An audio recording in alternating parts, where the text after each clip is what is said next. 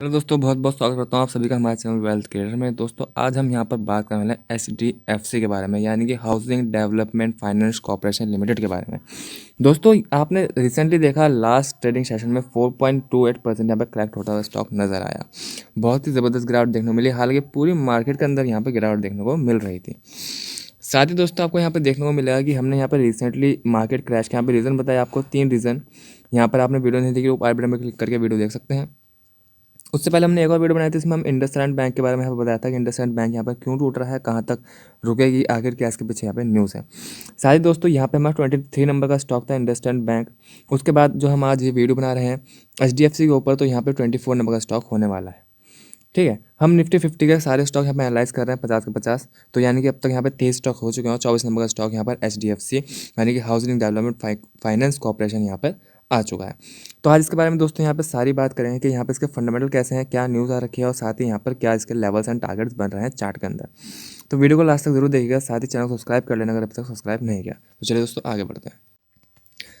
सबसे पहले दोस्तों अगर प्राइस के बारे में बात करें, यहाँ पे प्राइस का स्टॉक का चल रहा है, देख सकते हैं 2745 रुपये प्राइस चल रहा है। लास्ट टाइम यहाँ पे 4.28% की यहाँ गिरावट दर्ज की गई। साथ ही दोस्तों अगर रिटर्न की बात करें पिछले 5 दिन की, तो 5 दिन के अंदर भी 5.65% यहाँ पे करेक्शन नजर आया। और एक महीने की अगर बात करें तो 5.37% यहाँ पे गिरता हुआ स्टॉक नजर आया। उसी के साथ दोस्तों अगर हम यहाँ पे एक साल की बात करते हैं, तो एक साल के अंदर आपको 18.99% यानी कि 19% के यहाँ पे शानदार रिटर्न स्टॉक ने प्रोवाइड करके दिए हैं। और अगर दोस्तों यहाँ पे 5 साल की बात करें, तो 5 साल के अंदर 121% यानी कि लगभग यहाँ पे आपका पैसा दुगना कर चुका है पिछले 5 सालों के अंदर। अगर मैक्सिमम रिटर्न की दोस्तों बात करें, तो यहाँ पे 12,388% यहाँ पे रिटर्न दिए, शानदार रिटर्न दिए। स्टॉक का प्राइस 21 रुपये 98 पैसे यानी कि 22 रुपये हुआ करता था 1999 में, और आज देख सकते हैं 2745 रुपये पर ट्रेड करता हुआ नजर आ रहा है। तो दोस्तों इसको बोलते हैं लॉन्ग टर्म की यहाँ पर पावर। यहाँ पे दोस्तों HDFC की रिगार्डिंग यहाँ पे एक न्यूज़ आ रखा है कि HDFC to raise up 10,000 crore next week, यानी कि 10,000 करोड़ अगले हफ्ते तक यहाँ पे रेज करने वाला है। और अक्सर दोस्तों ऐसा देखा गया, जब कंपनी जो है यहाँ पे पैसा हो या फिर फंड रेज करती है अपने बिजनेस को एक्सपैंड करने के लिए, तो स्टॉक के अंदर तेज़ी दिखाई देती है। ठीक है, उसी के साथ अगर यहाँ पे दोस्तों बात करते हैं हम कि जो ये 10,000 करोड़ रुपये यहाँ पे लिया जा रहा है, रेस किया जा रहा है, तो ये किस चीज़ में यहाँ पे यूज़ होने वाला है उसके लिए कंपनी यहाँ पर बताती है। तो आप देखते हैं object of the issue of argument in the long term resource of the corporation, the processing of the present issue would be utilize for financial refining of the housing finance business. तो यहाँ से जैसा कि आपको पता है कि इनका हाउसिंग फाइनेंस का काम है, यानी कि ये लोन प्रोवाइड करते हैं हाउसिंग पर, तो उसके लिए यहाँ पर एक्सपेंड करने की कोशिश की जा रही है ताकि इस पैसे को एक्सपेंड किया जा सके बिजनेस को। साथ ही दोस्तों यहाँ पर इन्होंने 7.5% का पर एनम का रिटर्न भी दिया है, यानी कि जब ये रेस करते हैं पैसा तो उसके ऊपर कुछ रिटर्न भी देते हैं। तो यहाँ पे 7.5% का इन्होंने पर एनम का रिटर्न भी बांधा है कि भाई इतना % हम रिटर्न देंगे जो भी यहाँ पर निवेश करेगा। साथ ही दोस्तों बात करूँ कब स्टार्ट होने वाला है, तो आप यहाँ पे देखते हैं 10 ईयर यहाँ पे 10 साल का यहाँ बॉन्ड लाया जा रहा है। ठीक है, और यहाँ पे एलिजिबल इन्वेस्टर जो एलिजिबल है इन्वेस्टर्स इसमें पैसा इन्वेस्ट करने के लिए, तो उनको नवंबर 29 को यहाँ पर सेम डेट को ओपन होगा, सेम डेट को यहाँ पर क्लोज होएगा, यानी कल यहाँ पर ओपन होगा और कल ही यहाँ पर क्लोज हो जाएगा सब्सक्रिप्शन दोस्तों। इसी के साथ दोस्तों बात करें जो हाउसिंग डेवलपमेंट फाइनेंस कॉर्पोरेशन का यहाँ पे रेवेन्यू जनरेट हो रहा है, तो कहाँ से जनरेट हो रहा है, तो आपको देखने को मिलेगा कि यहाँ पे landing revenue financial service landing revenue में 59 पॉइंट यानी कि 60% के अप्रॉक्सीमेटली जो फाइनेंशियल सर्विसेज प्रोवाइड करते हैं उससे यहाँ पे इनका रेवेन्यू जनरेट हो रहा है। साथ ही यहाँ पे लाइफ इंश्योरेंस का है 27.66%, वहाँ से इनका 27.66% रेवेन्यू जनरेट हो रहा है। जनरल इंश्योरेंस से 14.53% यहाँ पे इनका रेवेन्यू बन रहा है, और एसेट मैनेजमेंट से 2.12% यहाँ पे रेवेन्यू निकलता हुआ नजर आ रहा है। इस साथ दोस्तों बात करें यहाँ पे कंपनी कितनी बड़ी है, तो आपको देखने को मिलेगा 4,96,260 करोड़ की यहाँ पे मार्केट कैप है, यानी कि लार्ज कैप कंपनी है, बहुत ही दिग्गज कंपनी है। करंट प्राइस 2742 का चल रहा है, हाई 3021 का लगाया था, अपने हाई के आसपास ही ट्रेड कर रहा था स्टॉक, लेकिन जब से मार्केट के अंदर प्रेशर आया, मार्केट के अंदर गिरावट आई, तो स्टॉक 2700 के लेवल पर यहाँ पर देखने को मिला, वरना स्टॉक और ज़्यादा यहाँ पे हाई जाने के कगार पर खड़ा हुआ था। लो इसने 2218 रुपये का लो लगाया और स्टॉक का पी 23.8 का यहाँ पर चलता हुआ नजर आ रहा है। हालांकि मीडियन पी रेशो की बात करें, तो मीडियन पी रेशो आपको यहाँ पर देखने को मिलेगा कि पिछले 5 साल का मीडियन पी रेशो स्टॉक का रहा है 23.8 का, यानी कि सेम रहा है। तो यानी कि आपको स्टॉक अंडर वैल्यूड मिल रहा है, कोई ऐसा नहीं है स्टॉक बहुत भागा हुआ स्टॉक, यहाँ पे आपको बता रहा हूँ दोस्तों।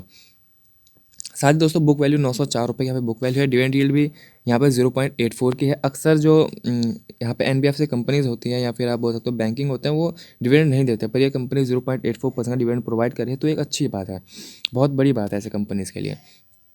साथ ही यहाँ पे बुक वैल्यू 904 रुपये है और ROC 9.23% है। हालांकि मैंने आपको कहा है कि अगर NBFC कोई कंपनी है या फिर आप बोल सकते हो फाइनेंशियल प्रोवाइड करती है कोई कंपनी या फिर बैंक है, उसके ROC अगर आपको 10% के आसपास भी मिल जाते हैं ना तो बहुत बड़ी बात है।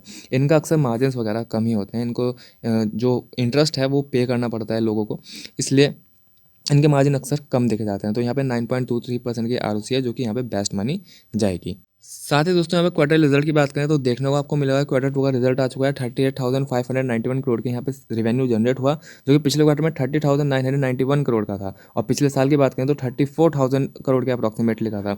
तो यानी कंपनी ने ईयर ऑन ईयर और क्वार्टर ऑन क्वार्टर बहुत ही शानदार यहाँ पे जो है रेवेन्यू अप करते हुए नजर आए हैं।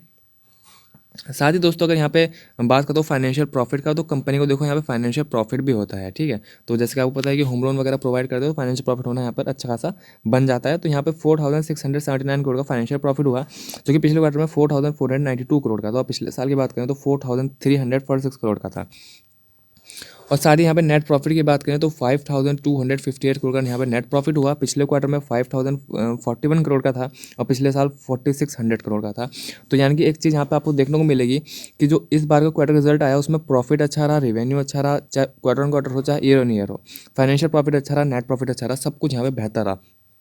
फिर भी स्टॉक यहाँ पे क्यों गिर रहा है? तो दोस्तों रीज़न सिर्फ एक ही है इसका पीछे, कि मार्केट का प्रेशर, ठीक है। उसी के साथ यहाँ पे दोस्तों लॉन्ग टर्म के बारे में बात करें कि कंपनी लंबे समय में कैसा कामकाज कर रही है, तो आपको देखने को मिलेगा 25,000 करोड़ का रेवेन्यू जनरेट करने वाली कंपनी आज यहाँ पे 1,44,000 करोड़ का यहाँ पे रेवेन्यू जनरेट कर रही है। तो यानी कि यहाँ पे लगभग आप बोल सकते हो कि 6 गुना कंपनी की रेवेन्यू जनरेट होने लगी पिछले 10 सालों के अंदर।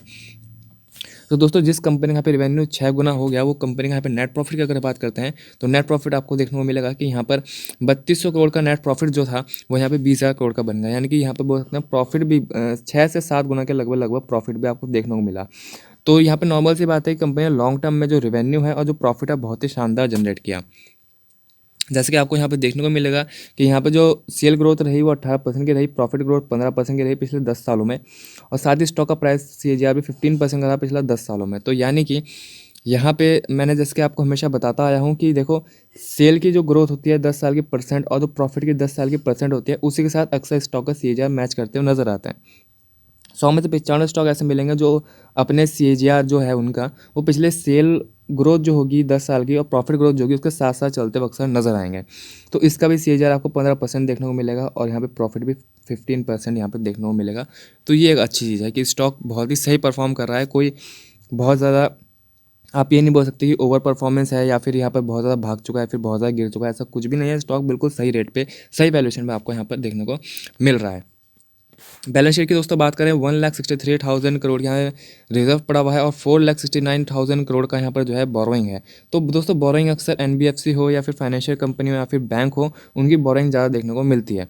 रीज़न क्या है कि देखो लोगों का पैसा लेके रखते हैं या लोग अपने डिपॉजिट करके रखते हैं, या फिर बहुत सारी चीज़ें हैं, लाइफ इंश्योरेंस करते हैं, हेल्थ इंश्योरेंस करते हैं, लोग अपनी प्रीमियम वगैरह देते हैं, तो वहाँ से जो बोरोइंग है वो इनकी बढ़ जाती है। तो ये कोई गलत चीज़ नहीं है, ये बहुत ही अच्छी चीज़ है कि जिसकी बोरोइंग जितनी ज़्यादा है बैंकिंग सेक्टर में फिर NBFC सेक्टर में, तो वो उतनी अच्छी बेहतरीन कंपनी है दोस्तों।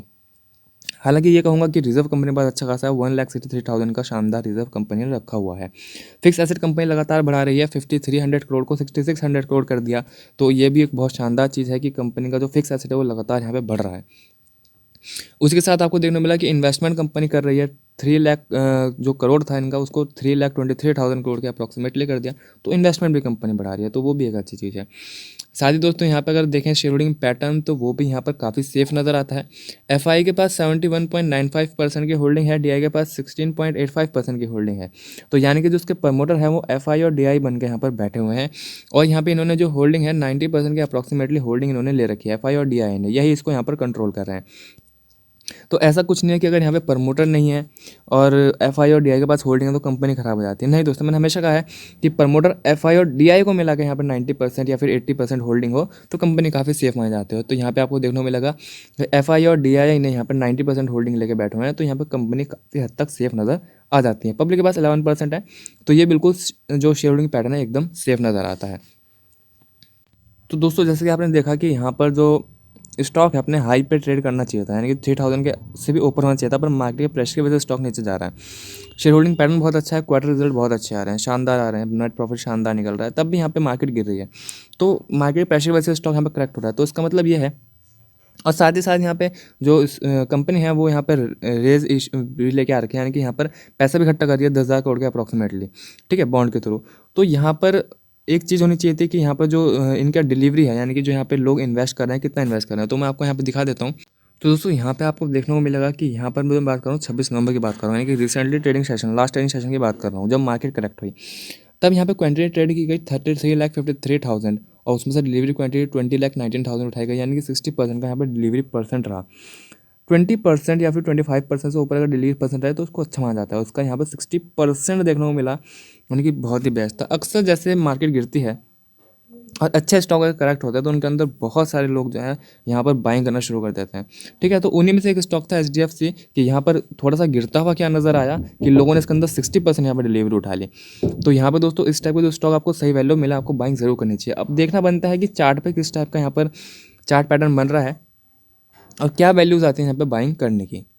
इसके बाद दोस्तों हमारे पास चार्ट पर आप देखते हैं यहाँ पे करंट प्राइस चल रहा है 2741 का, ठीक है। साथ ही यहाँ पे 1 डे की कैंडल लगी हुई है, 2634 रुपये का यहाँ पे निकल के आता है 200 DMA का, ठीक है। और यहाँ पे 50 DMA निकल के आता है 2842 का, 2842 रुपये का। तो यानी कि देखो अपने 50 डे मूविंग एवरेज के नीचे स्टॉक यहाँ पे ट्रेड करता हुआ नजर आ रहा है, उसको इसने तोड़ दिया 50 डे मूविंग एवरेज को, ठीक है। और यहाँ पे 200 DMA के आसपास नजर स्टॉक आ रहा है, यानी 2741 रुपये और 2634 रुपये, यानी कि 100 रुपये का यहाँ पे गैप चल रहा है, 100 रुपीज़ का यहाँ पे गैप चल रहा है। दोस्तों देखो जो अच्छी कंपनी है, ठीक है, अच्छी कंपनी अगर आपको नीचे प्राइस मिलती है तो उसको बाइंग करना ज़रूर बनता है, ठीक है। तो यहाँ पे अगर मैं मनी फ्लो की बात करूँ तो 25 को रखा है, यानी स्टॉक जो है ओवरसोल्ड कैटेगरी के अंदर जा चुका है, ठीक है। तो सारे दोस्तों यहाँ पे आपको देखने को मिलेगा कि स्टॉक का जो 200 DM है वो स्टॉक के प्राइस के बहुत ही नज़दीक यहाँ पर नज़र आ रहा है। और अक्सर दोस्तों ऐसा देखा गया है कि स्टॉक जो है अपने 50 डे मूविंग एवरेज का सपोर्ट लेकर चलता है। जैसे कि आप देख सकते हैं कि यहाँ पे स्टॉक ने अपना सपोर्ट लिया 50 डे मूविंग एवरेज का और स्टॉक ने यहाँ पे अपना हाई लगा दिया। तो अगर दोस्तों हाई की बात करूँ तो यहाँ पे कितना निकल के आता है इसका, तो आपको देखने को मिलेगा 3025 रुपये के अप्रॉक्सीमेटली हाई लगा दिया, ठीक है। अगर उससे पहले दोस्तों मैं बात करूँ कि स्टॉक ने 200 DMA की बात करूँ तो आपको देखने को मिलेगा कि देखो स्टॉक ने एक बार अपना 200 DMA यहाँ पे टच किया, 200 DMA टच किया और उसके बाद यहाँ पे हाई कितना लगा है 3,000 रुपये का, और 200 DMA टच कहाँ किया 2,400 रुपये के अप्रॉक्सीमेटली का। तो 2,400 से सीधा 3,000 की वैल्यू यहाँ पे टच कर दी। तो ठीक दोस्तों वही जो यहाँ पर चांसेस या फिर सकरम चांसेस है वही वापस यहाँ पे बन रहे हैं। आप देख सकते हैं कि 2,600 रुपये पे स्टॉक अगर यहाँ पे टच करता है अपने 200 DMA को तो उसके बाद एक बहुत ही नया यहाँ पर हाई लगाने के लिए तैयार हो जाएगा। और कंपनी अच्छी है, स्टॉक अच्छा है, न्यूज़ अच्छी आ रखी है, सब कुछ अच्छा है, तो यहाँ से बहुत ही अच्छा आपको ट्रेंड देखने को यहाँ पर स्टॉक का मिल सकता है। इसी के साथ दोस्तों अगर मैं यहाँ बात करूँ स्टॉक के स्ट्रॉन्ग सपोर्ट की, मतलब बहुत ही ज़्यादा स्ट्रॉन्ग सपोर्ट जिसको स्टॉक तोड़ ही नहीं सकता, तो यहाँ पे इसका निकल के आता है 2,634 रुपये का, यानी कि इसके 200 DMA के आसपास ही निकल के आता है, यानी कि आप बोल सकते हो कि 2,650 रुपये, 2,650 रुपये। अब कैसे आपको देखने को मिलेगा कि देखो स्टॉक ने इस जगह पे सपोर्ट लिया, छोटा सपोर्ट था, ठीक है, कोई बात नहीं, लेकिन अगर इससे थोड़ा सा पीछे चले तो आपको देखने को मिलेगा ये इसका रेजिस्टेंस था, ठीक है। वो भी कोई वन टाइम नहीं था, ऐसा नहीं है कि एक ही टाइम इसका रेजिस्टेंस रहा, ये रेजिस्टेंस ने कई बार यहाँ पे फेस किया। जैसे आप देखते हैं 1 2 3 दोस्तों 3 बार रेजिस्टेंस फेस किया, एक बार सपोर्ट फेस किया। तो यानी कि यहाँ पे बहुत ही स्ट्रॉन्ग यहाँ पे इसका ये सपोर्ट बन के आ रहा है, जो कि और साथ ही यहाँ पे 3-4 तो सपोर्ट मैंने आपको ये बता दिया कि यहाँ पे 3 बार सपोर्ट इसने रेजिस्टेंस लिया, एक बार यहाँ पे सपोर्ट लिया, और साथ ही यहाँ पे इसका ये 200 DMA भी निकल कर आ जाता है 2,650 रुपये के अप्रॉक्सीमेटली का। तो इतना ज़्यादा स्ट्रॉन्ग बन जाता है कि यहाँ पर बाइंग करनी बनती ही बनती है, कि यहाँ पे बाइंग करोगे तो बस स्टॉक बहुत ऊपर जाएगा। साथ ही इससे पहले कुछ छोटे छोटे सपोर्ट बन रहे हैं, अगर मैं उनकी बात करता हूँ तो आपको देखने को मिलेगा कि एक रिसेंटली का ये सपोर्ट आता है निकल के, जो कि थोड़ा सा ही नीचे है, यानी कि 2,696 रुपये का यहाँ पे एक छोटा सपोर्ट निकल के आता है, 27 रुपये के अप्रॉक्सीमेटली आप बोल सकते हैं कि यहाँ पे 27 रुपये का सपोर्ट निकल के आता है। अगले सपोर्ट की अगर मैं बात करता हूँ तो अगला सपोर्ट यहाँ पे 2,665 रुपये का अप्रॉक्सीमेटली का निकल के आता है, और उसके बाद ये स्ट्रॉन्ग सपोर्ट निकल के आता है, ठीक है। तो मैं तो आपको यही कहना चाहूँगा कि दोस्तों यहाँ पर आपने क्या करना है, बाय ऑन डिप कीजिए, बाइंग करना स्टार्ट कर दीजिए। अगर आप सोच रहे थे कि बाइंग करनी है स्टॉक के अंदर तो बहुत ही अच्छा मौका है कि यहाँ पर बाय ऑन डिप करना यहाँ पे स्टार्ट कर दीजिए और बाकी क्वांटिटी यहाँ पे बाइंग कीजिए 200 DMA के आसपास। देखो क्योंकि निफ्टी के अंदर अभी गिरावट और देखने को मिल सकती है, उसका कोई सपोर्ट अभी रिसेंटली नज़र नहीं आ रहा, तो वहाँ से गिरावट देखने को बहुत जल्द मिल सकती है, थोड़ा सा स्टॉक और नीचे करेक्ट होता हुआ नज़र आ सकता है। तो आप अपने यहाँ पे 3 जगह जीटी ऑर्डर लगा रखिए और इस स्टॉक को बाय कीजिए, लॉन्ग टर्म के लिए बहुत ही अच्छी रेट यहाँ पे प्रोवाइड करेगा। जैसे कि मैंने आपको दिखाया है कि अभी यहाँ पर स्टॉक ने अपने 200 DMA को टच किया था और उसके बाद बहुत ही अच्छी रैली बनाई। मैं फिर बोल रहा हूँ आपको अपने 200 DMA को टच करेगा, बहुत स्ट्रॉन्ग सपोर्ट है, और उसके बाद यहाँ पे फिर अपना बहुत ही अच्छी रैली देखने को आपको मिल सकती है, अपना नया हाई लगाएगा यहाँ पर स्टॉक। तो दोस्तों फिलहाल के इतना ही, अगर आपने स्टॉक अच्छा लग रहा हो तो आप यहाँ बाइंग कर सकते हैं। लेकिन उससे पहले अपना एक बार जो है ड्यू इंटेलिजेंस ज़रूर कर लेना, एक बार खुद यहाँ पे एनालाइज ज़रूर कर लेना, अपने फाइनेंशियल एडवाइस ज़रूर पूछ लेना, उसके बाद ही जो भी यहाँ पे डिसीजन लेना वो लेने की सोचेगा दोस्तों। और दोस्तों अगर वीडियो अच्छी लगे तो लाइक भी जरूर कर देना, चैनल को सब्सक्राइब भी ज़रूर कर देना। और कुछ बताने को रह गया हो दोस्तों तो यहाँ पे कमेंट करके या आप ज़रूर पूछ सकते हैं, अक्सर कमेंट के रिप्लाई ज़रूर किए जाते हैं। तो फिलहाल के इतना ही, मिलते हैं जल्दी दोस्तों अगली वीडियो में।